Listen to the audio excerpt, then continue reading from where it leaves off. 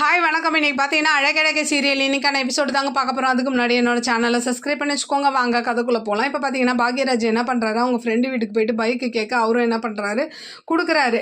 அதை வாங்கிட்டு அப்படியே என்ன பண்ணுறாரு, வீட்டுக்கு வராரு. இந்த பக்கம் பார்த்தீங்கன்னா ரேவதி பண்ண தப்புக்கு நீ ஒரு நாள் ஃபுல்லாக வெளியில் நிற்கணுன்ற மாதிரி சொல்லி என்ன பண்ணுறாரு, தங்கராஜ் ரேவதியை வீட்டுக்கு வெளியில் நிற்க வச்சு கதவை சாத்திடுறாரு. அவங்களும் எவ்வளோ கெஞ்சுறாங்க, அவர் கதவை திறக்க மாட்டுறாரு.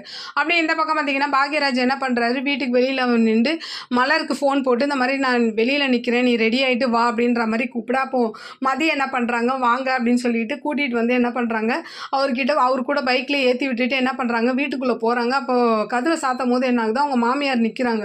அப்படியே பயந்துருவாங்க ஒரு செகண்டு. இப்போ என்ன நீ இங்கே பண்ணுற அப்படின்ற மாதிரி அவங்க கேட்க, இல்லை அவர் வந்துட்டாருன்னு நினச்சி போனேன், ஆனால் அவர் இல்லை அப்படின்னோடனே அவன் 12 மணிக்கு தான் வருவான், போய் படு அப்படின்ற மாதிரி சொல்லிட்டு என்ன பண்ணுறாங்க, மலர்னு கூப்பிட. இவங்க என்னாச்சு அப்படின்னும் போது, நான் மலரை தானே கூப்பிட்டேன், நீ ஏன் வரணும் போது, இல்லை அவங்க தலைவலின்னு படுத்திருக்காங்க, உங்களுக்கு என்ன வேணும் சொல்லுங்கள் அப்படின்னோடனே, எனக்கு வெந்நீர் வேணும் அப்படின்னோடனே, நான் காய்ச்சி எடுத்துகிட்டு உங்கள் ரூமுக்கு தரேன், நீங்கள் போய் படுங்க அப்படின்ற மாதிரி சொல்ல, என்ன இன்னைக்கு எல்லாமே தலைகிலியாக இருக்குது அப்படின்னு சொல்லிட்டு அவங்க மாமியார் ஒரு மாதிரி புலம்பிட்டு போகிறாங்க.